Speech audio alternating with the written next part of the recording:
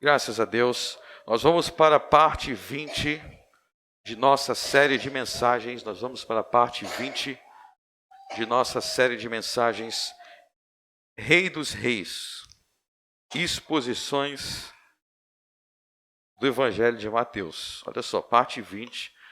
Nós ainda estamos em Mateus 5. Mateus tem 28 capítulos. Antes de 2028 a gente chega lá. Não, daqui a pouco vai mais rápido. No começo tem que ir devagarinho, porque é muita coisa. Mateus capítulo 5, nós vamos ler dos versos 13 a 16. Vós sois o sal da terra.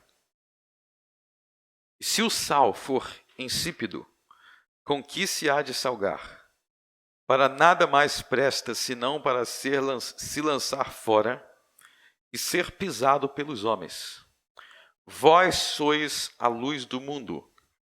Não se pode esconder uma cidade edificada sobre o monte, nem se acende a candeia e se coloca debaixo do alqueire, mas no velador, e dá luz a todos que estão na casa. Assim resplandeça a vossa luz diante dos homens, para que vejam as vossas boas obras e glorifiquem a vosso Pai que está nos céus. Amém. O título de nossa mensagem é Sal da Terra e Luz do Mundo. Então aqui, meus irmãos, nós terminamos o trecho do Sermão do Monte, que é a respeito das bem-aventuranças. As bem-aventuranças estão entre os versos 4 e o verso 12. Mas nós ainda estamos na parte da introdução do sermão, e neste trecho dos versos 13 a 16 é a famosa passagem em que Jesus ele define a missão da igreja, ele define a missão dos seus discípulos. E aí nós vemos que Jesus ele faz duas comparações. Como de costume, Jesus ele fala em parábolas.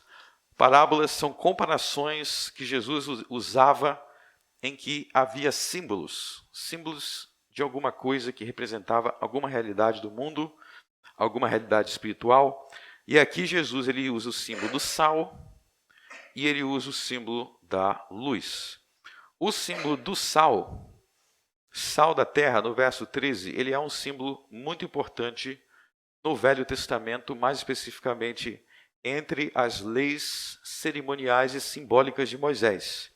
Se vocês puderem abrir em Levítico capítulo 2. Levítico capítulo 2, falando a respeito dos sacrifícios, das ofertas, das libações que o povo do Velho Testamento tinha o dever de oferecer.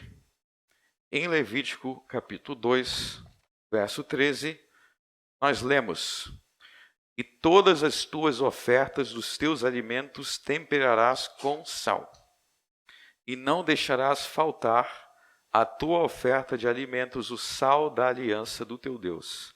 Em todas as tuas ofertas oferecerás sal.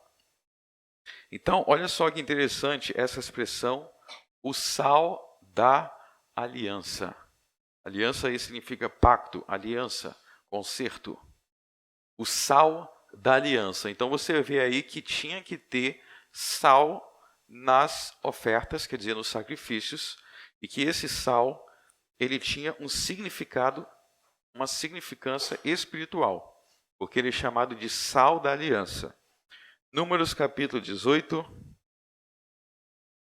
Números capítulo 18, nós vamos ver que a aliança com os levitas, a aliança de Deus com os levitas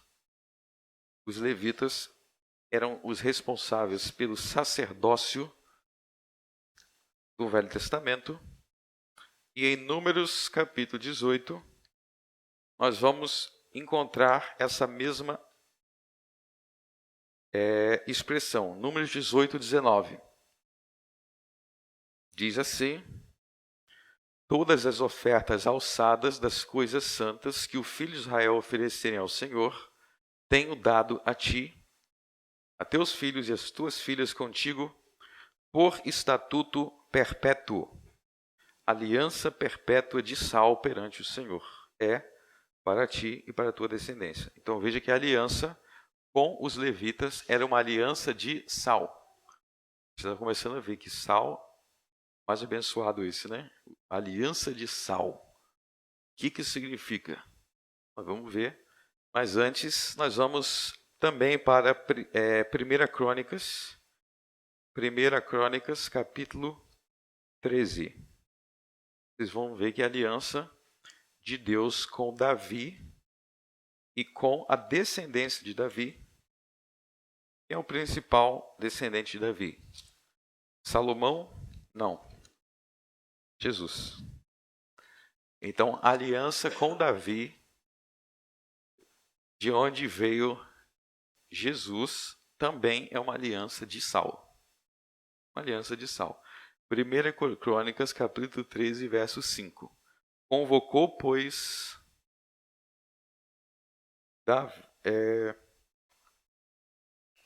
eu acho que eu botei a referência errada.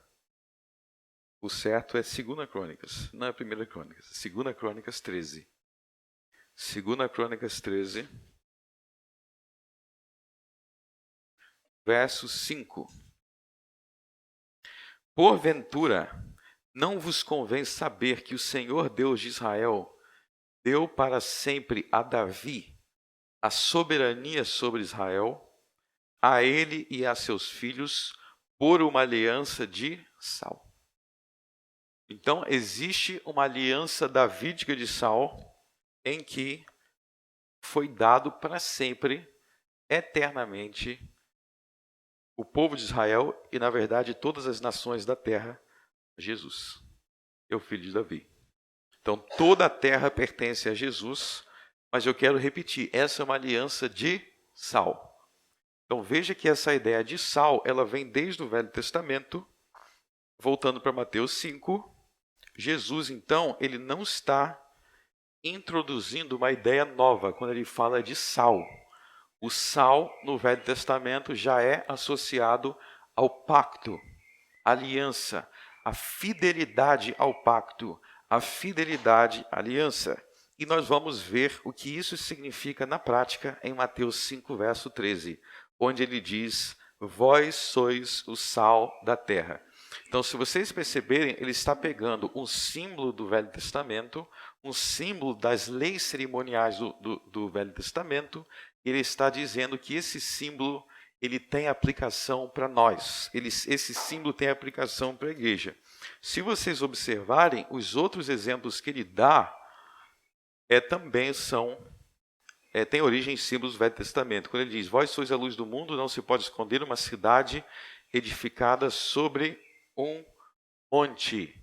Uma cidade edificada sobre um monte. O monte, no Velho Testamento, é o lugar de todos os grandes acontecimentos do povo de Deus.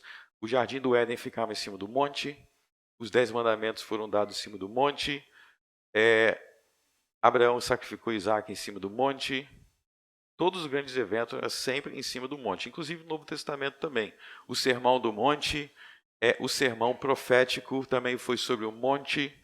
Jesus subiu ao céu de cima do monte e tudo sempre acontecia no monte. O simbolismo do monte na Bíblia é que o monte representava o céu. É um lugar muito alto, é um simbolismo, é um símbolo. E representa que você vai subir até Deus. Quando você ia frequentar o culto do Velho Testamento no templo, você tinha que subir ao monte, é como se você estivesse entrando no céu. Só que para entrar no céu, você tinha que oferecer sacrifício. Essa que é a ideia. Para entrar no céu, tem que ter sacrifício, ou seja, o sacrifício de Jesus. Então, o que eu quero dizer aqui é que isso aqui é muito importante para você interpretar a Bíblia. Normalmente, quando Jesus ele usa uma parábola, ele usa um símbolo, esse símbolo já aparece em outras partes da Bíblia. Já aparece em outras partes da Bíblia. Se você se ligar nisso, você não vai interpretar as coisas de forma doida, de forma sem sentido. Você vai procurar dentro da própria Bíblia explicações para aquele símbolo. Então você vê aqui um monte, a ideia de um monte. Você vai lembrar que o jardim do Éden era no monte, que Deus sempre se revelava no monte, que o monte significava o céu. Salmo 15 ele diz: quem subirá ao monte do Senhor? Quem habitará no seu tabernáculo? Aí, no resto do salmo, aquele monte do Senhor é o céu. Quem vai para o céu? Então, sempre leia a Bíblia. A Bíblia interpreta a própria Bíblia. Então aqui ele diz que nós somos o sal da terra. E a ideia de sal aqui é parecida com a ideia de luz. E ele vai dizer que o sal precisa salgar. Ou seja, o sal tem uma função. A ideia aqui é realmente de função, de finalidade. Para que o sal existe? Olha, eu pego esse sal aqui e eu jogo na minha comida, aí eu como. Não fez diferença eu colocar o sal ou não. Então não faz sentido colocar sal, né? Eu sou assim com a pimenta. Eu gosto muito de pimenta. Quem me conhece sabe que eu sou muito pimenteiro. Mas a maioria das pimentas, para mim, não faz diferença. Eu acho tão fraquinha. A maioria, para mim, é aquilo um ketchup. Se coloca aqui, eu estou achando até um ketchup. Pimenta, para mim, tem que ser muito forte. Aí eu começo a sentir.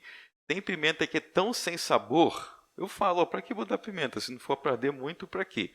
Então a ideia do sal é isso. Se o sal não for salgar, para que botar o sal? Para que ele serve?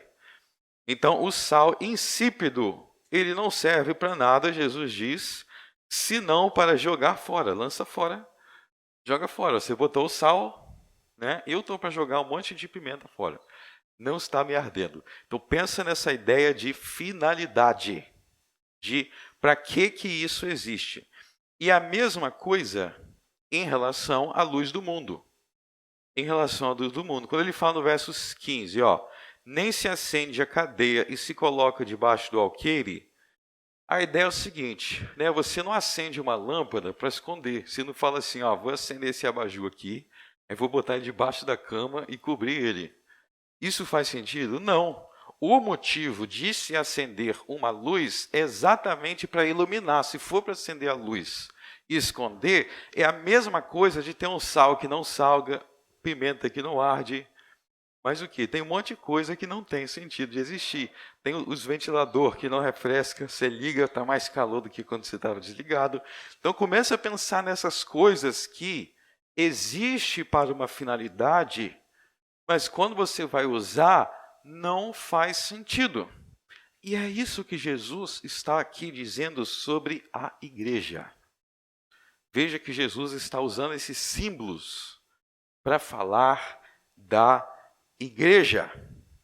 Ele está dizendo, vocês, meus discípulos, lembre que igreja não é o pedaço disso daqui, não sei que material que é, tá? Até porque essa igreja aqui não teria nenhuma glória se fosse só essas paredes. Jesus está falando com a igreja dos seus discípulos. Qual é a finalidade da igreja existir? Qual é o motivo da igreja existir? É ser sal da terra que salga e luz do mundo que ilumina. E aí no verso 16, quando esse sal ele salga e essa luz ilumina, essa luz ela resplandece diante dos homens para que vejam as vossas boas obras e glorifiquem a vosso Pai que está nos céus. Então aí no verso 16 está a finalidade. A finalidade é que os homens glorifiquem ao nosso Pai que está no céu. Ou seja, que os homens se convertam. Que os homens sejam reconciliados com Deus.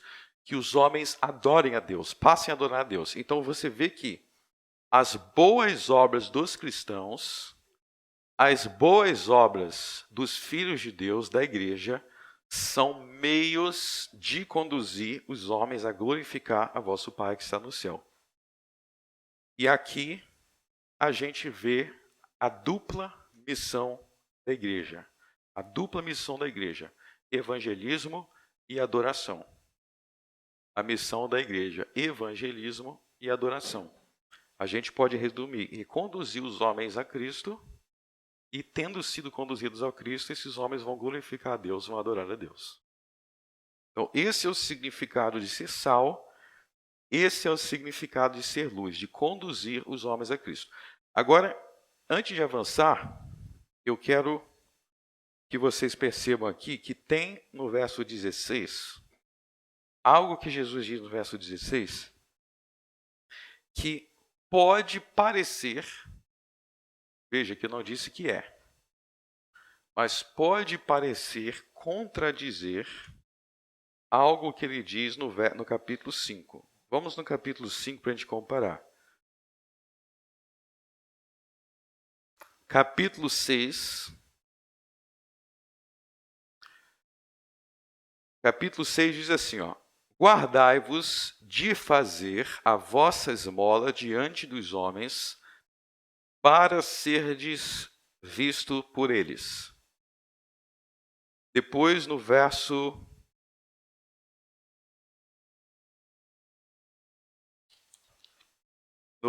5. Quer dizer, verso 5, e quando orares, não seja como os hipócritas, pois se comprazem orar em pé nas sinagogas e às esquinas das ruas para serem vistos pelos homens. Então veja bem, se você vê do verso 1 aí em diante, todo esse trecho aí, né? Você vai ver no verso 1, depois no verso 5, depois no verso 17 e 18 também. Tu, porém, quando jejuares, unge a tua cabeça e lava o teu rosto, para não pareceres aos homens que jejuas. Tá? Então, eu quero dizer o seguinte: no capítulo 6, tem diversas coisas, dar esmola, orar, jejuar, que Jesus diz para não fazer, para ser visto pelos homens. Ele diz, ó, não faça isso para ser visto pelos homens. Então, por que no capítulo 5, verso 16, ele diz, assim resplandeça a vossa luz diante dos homens, para que vejam as vossas boas obras? Então, alguns têm dúvida. É para que vejam ou é para que não vejam? Porque no capítulo 6 ele diz, ó, não façam para te ver. Entenderam o problema? Vamos agora explicar, tá? Vamos agora explicar. No capítulo 6, esse para, por exemplo, no verso 1, guardai-vos de fazer vossas obras diante dos homens para serdes vistos. Quer dizer, esse para significa a fim de. Significa com o objetivo de, com o propósito de. Então você não faz esmola com o propósito, com o objetivo das pessoas te ver. Qual o objetivo então? O objetivo é ajudar. Então eu vou dar esmola, qual tem que ser o objetivo do meu coração? Ajudar o meu próximo. Então, se o meu objetivo é as pessoas me olhar e falar, esse cara é muito bom, aí Jesus fala, o seu galardão já é esse, você não vai receber nenhum galardão do Pai. Então, capítulo 6, ele está falando qual deve ser o nosso objetivo ao fazer boas obras. Agora, isso não quer dizer que os homens não vão saber que nós fazemos boas obras. Então, a diferença do capítulo 5 para o capítulo 6 é o seu objetivo. O meu objetivo não é mostrar para ninguém. E é aí que entra a interessante analogia da luz e do sal. Se vocês entenderem a analogia da luz e do sal, vocês vão entender essa diferença. Veja bem, eu não sei vocês, mas hoje eu estou querendo comer o delicioso almoço na minha casa. Quando eu chegar no meu delicioso almoço, eu acredito que vai ter arroz lá. Alguém aqui gosta de comer arroz sem sal? Não bota sal nenhum, tá? Ou tem gente que bota demais, o hipertenso bota pouco, mas imagina aquele arroz sem sal. Imaginou? Alguém acha bom? Levanta a mão. Ninguém, né? Agora imagina que você tempera, o arroz está bem temperadinho. Quando o arroz está bem temperadinho, você não fala assim, que sal delicioso. Pode reparar que ninguém nunca elogia o próprio sal. Você elogia aquilo que o sal tempera. É uma coisa do frango, né? Se ninguém temperar o frango, você vai comer e falar assim, que frango ruim. Esse frango está muito ruim. Agora, você coloca o temperinho, o tempero, ele sempre aponta para a comida. A mesma coisa da luz. Preste atenção na luz. A luz, ela ilumina. A luz, ela te mostra as coisas. Só que você não elogia a luz. A luz aponta para outra coisa. Pense como que é a luz, né? Eu sei que nossos amigos ali estavam de lua de mel em Gramado. Aí eles chegaram lá, vocês foram naquela paisagem, viram a Cachoeira do Caracol, né? Viram a Cachoeira do Caracol, aí falaram assim, essa luz é muito linda. Eles param para pensar, não falaram essa luz é muito linda, falaram a cachoeira é muito linda, falaram essa paisagem é muito linda. Você elogiou a luz? Mas para para pensar que para você enxergar aquela cachoeira, para você enxergar aquela paisagem, tem que ter luz. Se não tiver luz, você não vai ver nada. Assim como se não tiver sal, não tem sabor. Vocês estão entendendo então que a luz e o sal são relevantes, são importantes, mas são importantes e relevantes não porque apontam para si mesmo, mas porque apontam para Deus o Pai. E a luz aponta para outra coisa, ele te mostra outra coisa. O ponto, aliás, quando a luz se torna o foco, ela te cega. Porque é luz demais, você não enxerga mais nada, aí ela vai te cegar. A luz é importante quando ela é invisível. Quando ela não aponta para si mesma. Quando ela não é um fim em si mesma. A mesma coisa do sal. Quando você sente o sal, é porque está salgado demais, está ruim. Aí que você pensa no sal. Quando o sal está bom, você não pensa no sal, você pensa na comida. No sabor da comida. Assim que a igreja é luz. Não apontando para si mesmo, mas apontando para Deus, o seu Pai. A luz da igreja, como diz o verso 16, conduz à glória de Deus. Está vendo o verso 16? Para que glorifiquem a vosso Pai. Para que sejam conduzidos ao Pai. É assim que a igreja é luz. Então não há contradição entre o capítulo 5 e o capítulo 6. Pelo contrário, eles se complementam. A igreja que faz esmolas de forma correta, a igreja que ora de forma correta, a igreja que jejua de forma correta é uma igreja que não busca a sua própria glória, busca a glória de Deus. E por isso ela é luz, ela é sal, porque quando se olha para a igreja, se vê Jesus, se vê Deus, a glória de Deus.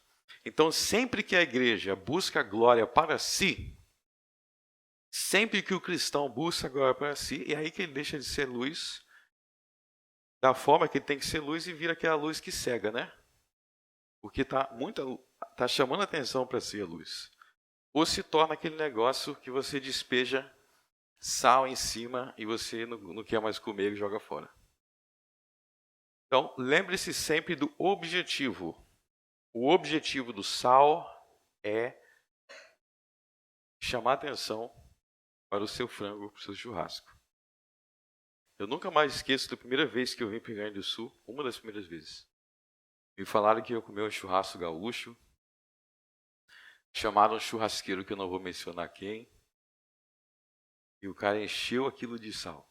Encheu de sal. Eu não estava mais sentindo o gosto da carne. Porque o sal estava chamando a atenção para si mesmo. Então, assim que é. E vamos pensar aqui, então, na prática, como que isso funciona. Como é que isso funciona na prática?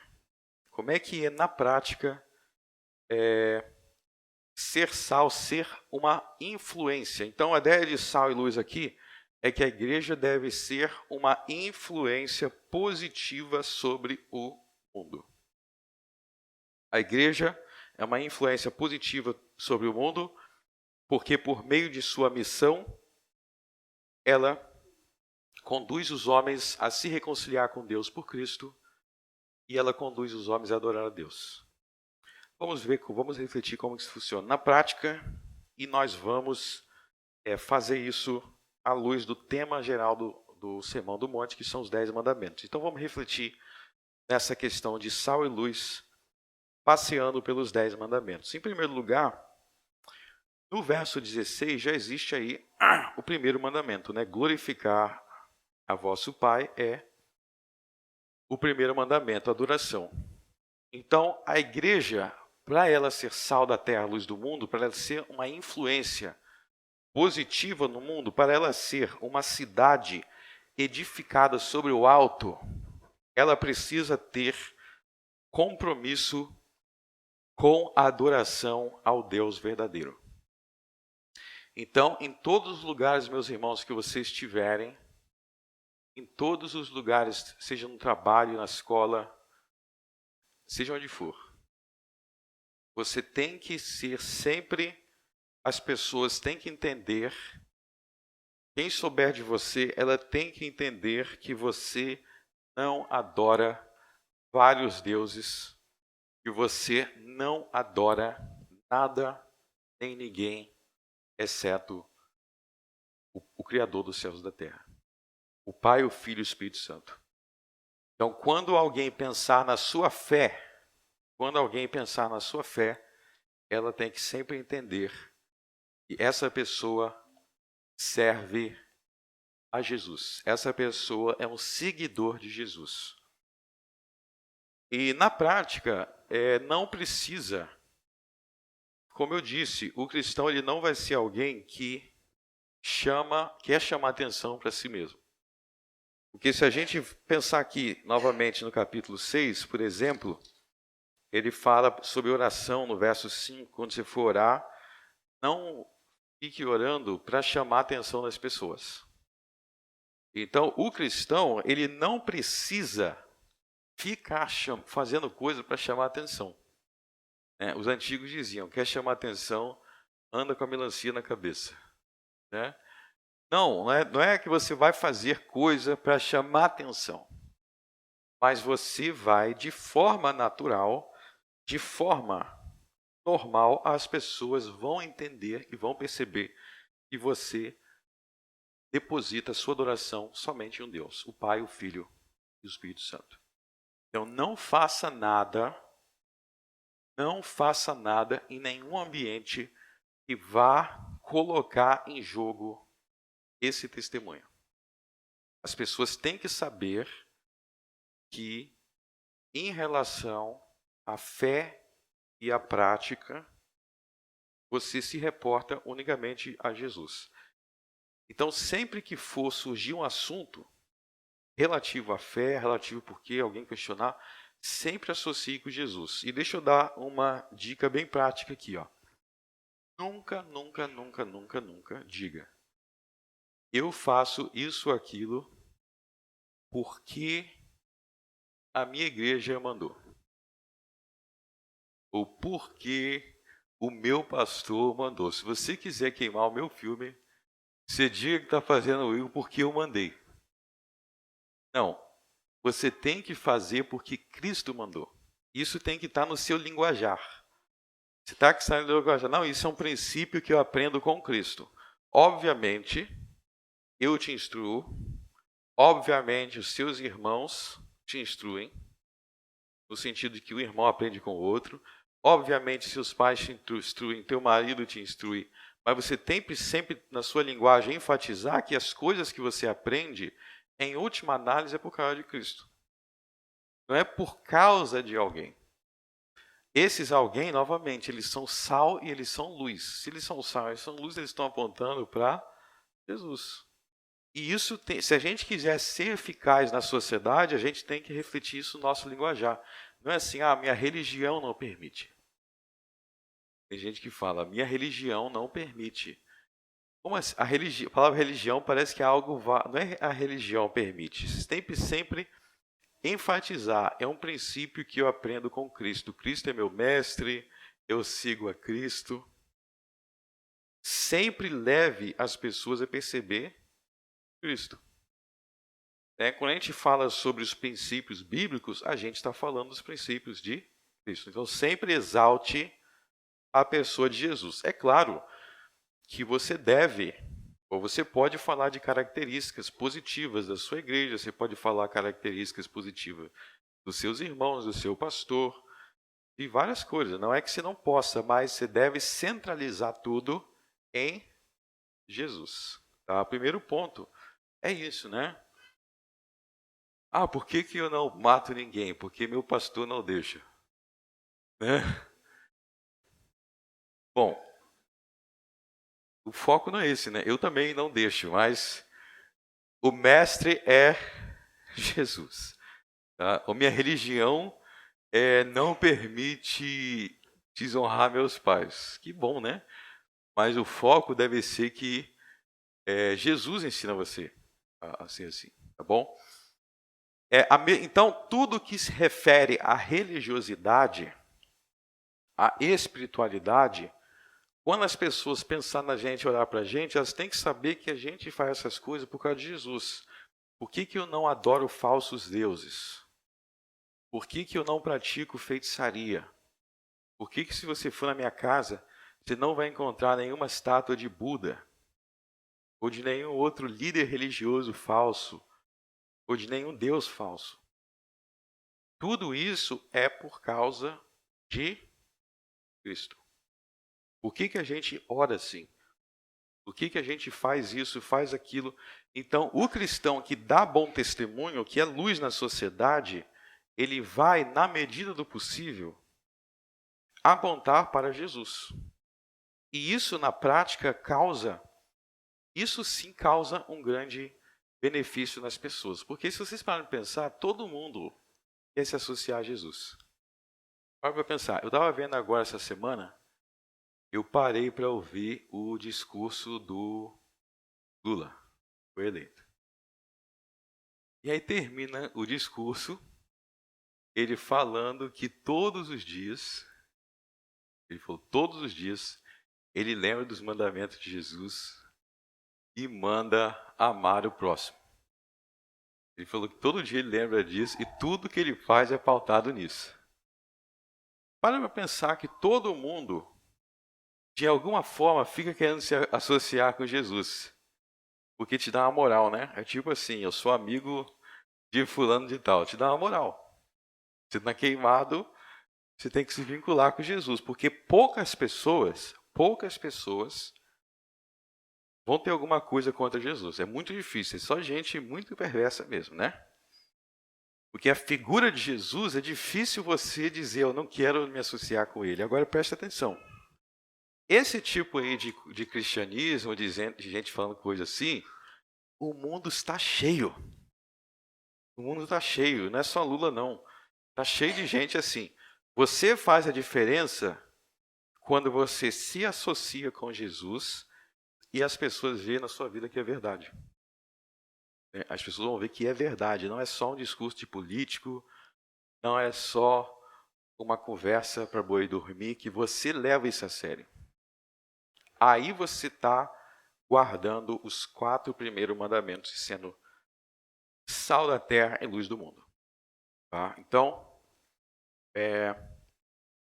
Isaías capítulo 8, Jesus, ele condena feitiçaria, Jesus condena mediunidade, Jesus condena mediunidade, né? No Brasil tem o tal do kardecismo. Kardecismo no Brasil. E o kardecismo foi fundado por Allan Kardec.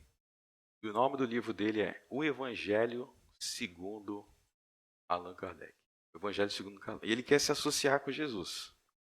Problema, o livro dele é sobre médium, contato com espíritos.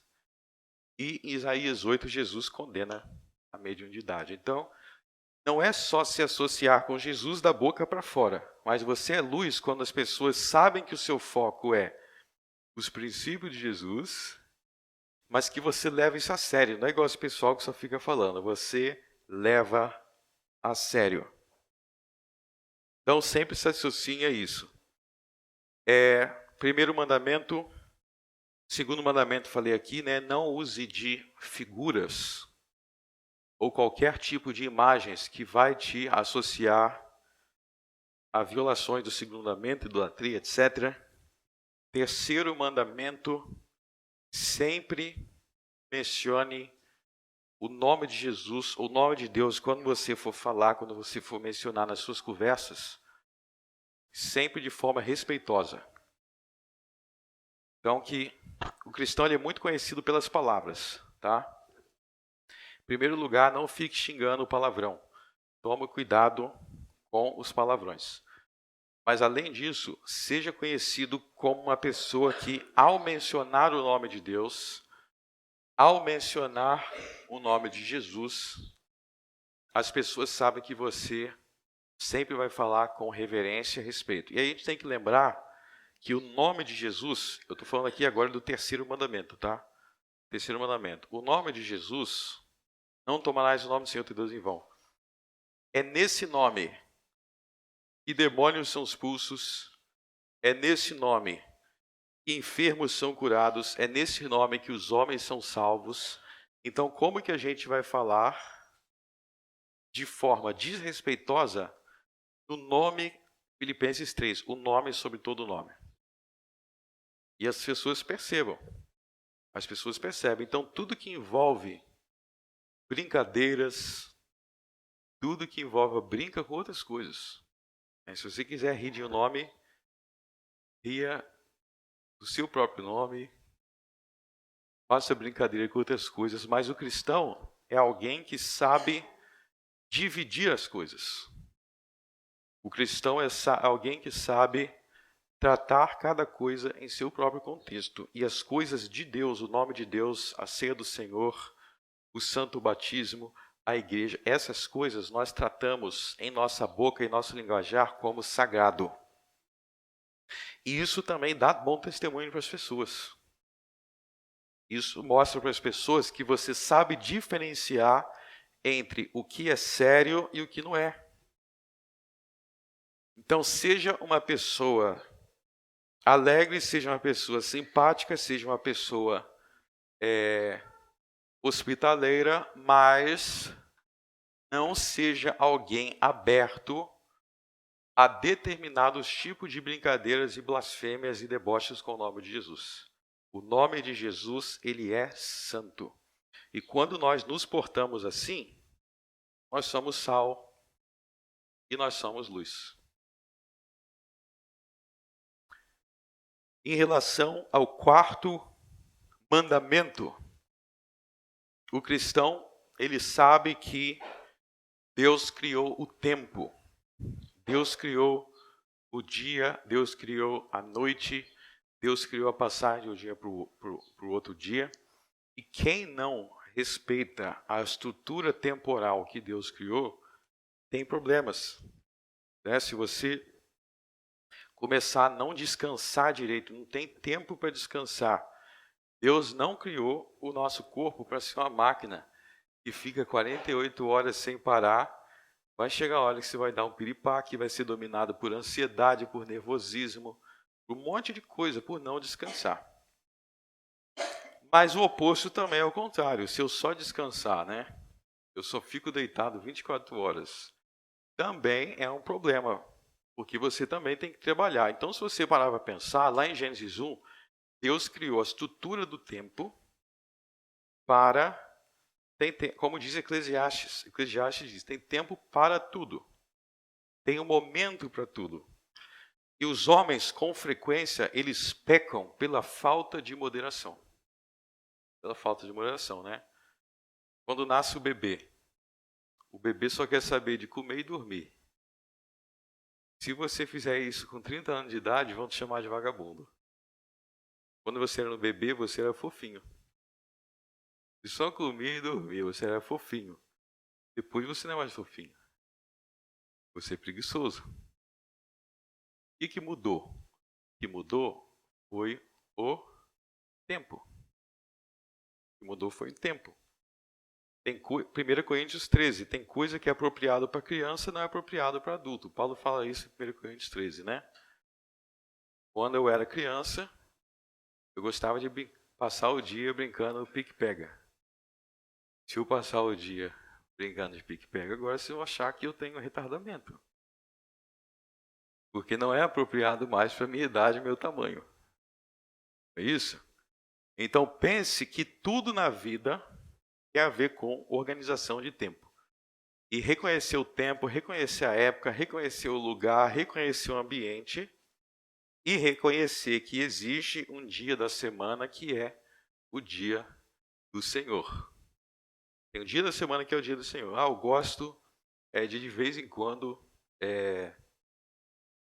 dormir até 1 da tarde e passar o resto do dia no shopping. Eu espero que você tenha esse dia, mas não não no dia do Senhor. Por que você não veio ao culto? Eu passei o dia inteiro jogando ping-pong. Então, o quarto mandamento nos lembra que as coisas têm tempo, têm horário, têm lugar, têm circunstância. E quando nós somos rígidos em relação a isso, rígido no sentido de sério, de compromissado, isso também é ser sal e luz. As pessoas saberem que você é uma pessoa que frequenta a igreja todo domingo, isso é revolucionário. Quando as pessoas sabem que você frequenta a igreja com regularidade, que você é assíduo na igreja. Porque o brasileiro, como é que ele é? Muitos vão na igreja 2 vezes na vida. Uma para se batizar, beber, e outra depois que morre. Vai no caixão. Quando as pessoas sabem, por que as pessoas não vão com tanta regularidade? Por que as pessoas faltam? Porque não são compromissadas. Quando a gente se mostra compromissado, que a gente tem preocupação, isso causa um impacto muito grande nas pessoas. Em relação também aos mandamentos da segunda tábua, do 5º a o 10º mandamento. 5º mandamento, honra teus pais. Veja que, antes de a gente avançar, todos esses mandamentos que eu estou mostrando aqui, o que eu estou mostrando é que quando a gente vive essas coisas, a gente não precisa forçar nada. A gente não precisa forçar a barra, a gente vive naturalmente, isso naturalmente traz luz. Então, falando do 5º mandamento, a maioria das famílias brasileiras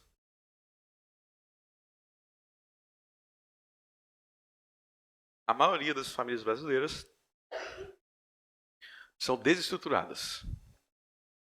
Então tem gente que fala assim para mim, eu vim de uma família muito difícil. E às vezes essa pessoa se vê como exceção. Não. Se você veio de uma família muito doida, você é igual à maioria. Se for muito doida, a maioria das famílias brasileiras são desestruturadas. Você é diferente se sua família for normal.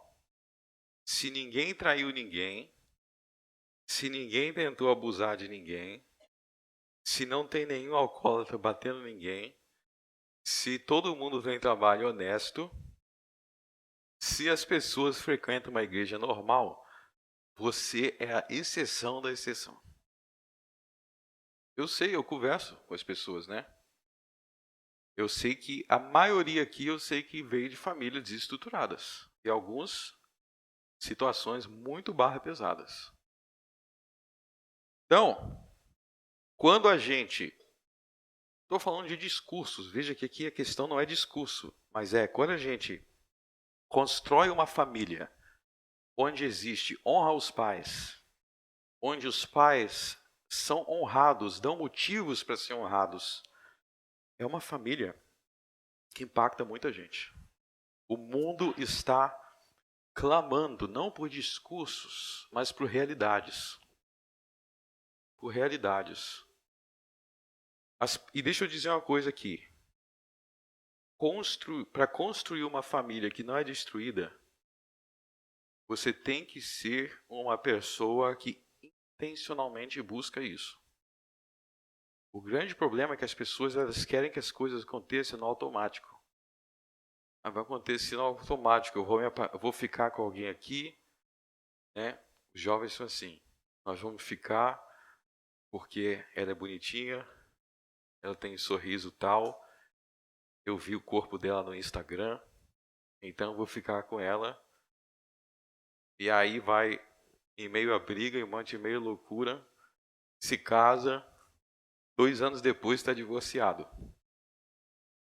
Porque as pessoas acham que as coisas podem ser construídas sem intencionalidade. Não, você tem que saber exatamente que tipo de pessoa você está conhecendo. Você tem que saber os tipos de princípios que essa pessoa tem. Você tem que saber o que essa pessoa quer, o que essa pessoa não quer. E aí você vai intencionalmente moldando o seu caráter, moldando. Eu sei que eu tenho esse defeito aqui, é difícil de conviver com gente assim. A gente tem que ter esse senso crítico também para construir uma família. A maioria dos problemas familiares são frutos de problemas individuais, né? Então, eu sou um cara assim, assim, assim, assado. Eu não estou nem aí porque eu não me preocupo com a opinião de ninguém. Tem 2 tipos de pessoas que não se preocupam com a opinião de ninguém. Um é gente isolada, que não tem amigos nenhum, não se preocupa. Então, fica isolado porque não tem ninguém para conviver, vai se preocupar. Outro tipo é quem está no manicômio. Porque é louco e faz coisas que incomodam as pessoas e não se preocupa. Só louco, psicopata ou gente isolado. Se você quiser conviver em sociedade, quer ver? Eu vou sair daqui, vai terminar o culto, algo bem básico. Eu vou chegar ali na cafeteira, provavelmente não vou encontrar mais café. Provavelmente. Mas vamos dizer que eu chegue ali e tem alguém pegando café. Ah, não me importo com a opinião de ninguém. Beleza, eu empurro a pessoa e eu pego para mim. Não é assim, se importar com a opinião? Isso não existe. Bom, a partir do momento que eu entendi que eu tenho que me preocupar com as pessoas, porque a Bíblia manda amar o próximo, a Bíblia manda cuidar do próximo, principalmente se esse próximo vai viver comigo 24 horas por dia na mesma casa. Aí eu tenho que diminuir minha chatice, eu tenho que diminuir a minha falta de noção, eu tenho que aprender a conversar, eu tenho que aprender a resolver problema. Vocês estão entendendo que se você fizer tudo isso, você vai conseguir construir uma família. E construindo uma família você será revolucionário. Porque esse negócio aí de não estou nem aí, se não der certo eu me separo. E não levo desaforo para casa. E eu xingo mesmo. A maioria já está fazendo isso. Você não vai ser diferente. Você não vai ser sal. Você não vai ser luz. A maioria já faz isso. E é por isso que a gente chegou no ponto que a gente chegou. A gente está assim destruído no Brasil porque a maioria das famílias estão destruídas. Grande parte das igrejas são heréticas. Quais são as referências que a gente tem? A gente precisa fazer diferença. Então, escuta o que eu estou dizendo. Se você é jovem solteiro, coloca na cabeça que construir uma família não vai ser no automático. Você tem que ter a intenção e os princípios e agir. Não é no automático. Nada na vida no automático. Liga o teu carro, aperta lá, não vê se tem que virar que isso vai acontecer. Você vai ter um acidente. Ó, só liguei e deixei rolar. Vai vir um acidente. Não. Você tem que colocar na tua cabeça, eu quero ser abençoado. Eu quero ser diferente. Ouse ser diferente. É quinto mandamento e o sétimo, né, que também fala de família. O sétimo é sobre casamento. Não adulterarás. Eu não sei por que tem esses caras que eles se acham espertos e malandro por ter amante. Seu idiota, você é tão idiota quanto a maioria. Os seus antepassados tinham amante e morreram destruídos. Eu não sei por que as pessoas falam loucura. Ah, eu sou malandro. Por que você é malandro? Porque eu tenho amante e eu passo a perna. Não consegue nada. Vai chegar a velhice sem construir nada. No máximo, alguns filhos que te odeiam porque você sempre foi traíra. Isso é caminho para seguir? Então, o que eu estou tentando mostrar aqui para vocês é que cada um desses mandamentos de família, ele nos desafiam a ser pais exemplares, esposa e marido exemplares. Se você for isso, normal, você é um cara que é fiel à sua mulher, que você ama a sua esposa, você se esforça para ser uma família bem estruturada, você já é grande luzeiro no Brasil. Um grande luzeiro no Brasil. E a última coisa que eu quero falar sobre essa parte de família é: existe uma coisa muito importante, evangelística, que precisa acontecer no Brasil, tá? Isso aí é um grande evangelismo que eu vou falar agora. Segundo o Sermão do Monte, o adultério, veja que o Sermão do Monte, uma forma de chegar é o seguinte: Jesus não aceita malandragem ou conversa mole. Porque vem o cara falar assim: ah, não sou adúltero, mas o olho do cara condena ele. Jesus fala do adultério no coração. Preste atenção. Muitas mulheres, ok? As mulheres, aqui é um aviso para os homens, tá? Elas sabem se você é sério ou não. Você pode vir na igreja, dar cambalhota, falar em todas as línguas do mundo, chorar, gritar, espernear. Se você chegar no seu trabalho de conversa mole, você já se queimou lá. E elas sabem. Elas sabem que você não respeita o anel no seu dedo. Não precisa você já ter feito algo com ela, tá entendendo? O seu papo, o seu olhar, você já se queimou, não. Ela está vendo que você está querendo dar abertura. Não pense que as pessoas são idiotas. Ah, não falei nada. Quem disse que precisa falar? Ou falou e acha que ninguém está percebendo. Então tome cuidado com essa abrangência do adultério.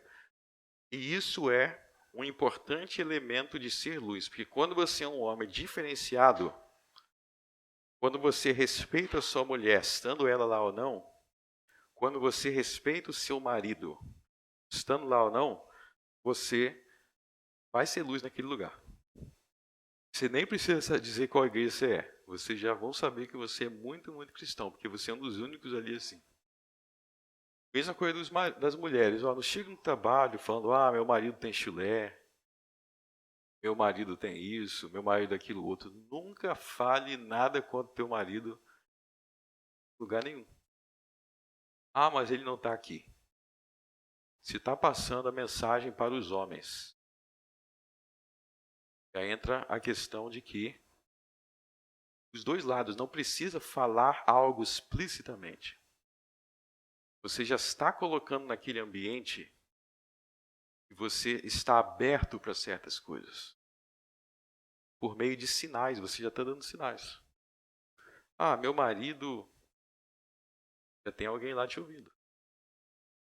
Você fala: opa, essa aí, é só esperar o momento certo. Quando a gente não é assim, o tolo, ele se apega a dizer assim: ah, mas eu não fiz nada explícito. Eu não falei para aquela mulher: vamos sair comigo. Quem segue o que Jesus ensina no Sermão do Monte sabe que as coisas não precisam ser explícitas. A grande lição do Sermão do Monte é essa: que você pode quebrar o terceiro mandamento jurando. Você jurou, você disse Senhor, Senhor, mas você não era de verdade, porque tinha um monte de coisa nas entrelinhas. Existe o ódio, Provérbios diz que existe o ódio travestido de amor. Assim como existe o adultério travestido de ser um cara legal. Existe a mentira, o engano, a traição travestido de ser uma pessoa legal. Jesus não aceita essas malandragens, não. Vai ser malandro assim, lá onde Judas perdeu a bota. O cristão, ele é obediente de forma plena, sincera, em suas intenções, nas entrelinhas, em tudo. E aí as pessoas levam a sério. Se você estiver tentando querer dizer que se tem bom testemunho, que você não disse as coisas explicitamente, está na óbvio que malandro, ele identifica malandro. Posso te ensinar uma coisa? Mentiroso, ele sabe quem ele está lidando com mentiroso. Quem está acostumado com a trapaça, ele sabe como é que é. Muitas dessas mulheres, elas já saíram, elas estão acostumadas com essas conversinhas. Muitos desses homens estão acostumados com essas conversinhas. E que meu marido é isso, aquilo, outro. Está te vendo de longe. Está te vendo de longe. Aí você queimou o teu filme, você não foi salvo, você não foi luz. Você não foi sal. Você não foi luz que você achou que ia enganar nas entrelinhas. Da mesma forma, os outros mandamentos. Eu sou honesto. Aqui no meu trabalho, 8º mandamento, não roubarás. Eu sou honesto. Mas é cheio de gambiarra. É cheio de macete para dar alguma voltinha. E acha que as pessoas não estão percebendo esses macetes. Depois quer convidar as pessoas para ir para a igreja. Depois quer falar de Jesus. Mas está todo mundo vendo as suas gambiarras. Então você vê que Jesus no verso 16, aí que vai chegar no ponto importante. Jesus no verso 16, ele diz: para que vejam as vossas obras. Não é para que vejam os seus discursos aqui. Aqui existe uma ênfase em ver suas obras. Então veja que as boas obras são evangelísticas. As boas obras são evangelísticas. Quando você é uma pessoa exemplar, quando você se destaca, não é buscando atenção, mas sendo honesto, sendo íntegro, guardando os mandamentos de Deus, se preocupando em não se corromper, isso vai chamar a atenção das pessoas. E as pessoas vão querer saber de onde está vindo essa luz. Para onde essa luz aponta? Aonde que essa luz me leva? Aí sim o evangelismo é verdadeiro. Mas aí tem igreja aí no Brasil que quer evangelizar. Gato, a luz da igreja é gato. Acha que ninguém está vendo. Cheio de maracutaia. Os irmãos da igreja envolvidos em maracutaia. Aí quando as coisas não acontecem, diz que é culpa do diabo. Eu não tenho nada a ver com isso. Então Jesus, estão vendo que Jesus aponta na direção contrária. Ele diz, seja sal, seja luz, que os homens vão ver as suas boas obras. E aí eles vão glorificar o Pai que está no céu. Quando a igreja é assim, a igreja cresce, a igreja se expande, não somente em termos numéricos, mas qualitativamente. E é aí que eu quero finalizar dizendo o seguinte. Veja que no verso 13, existe uma ameaça de sanção negativa. Se o sal for insípido, com que se há de salgar?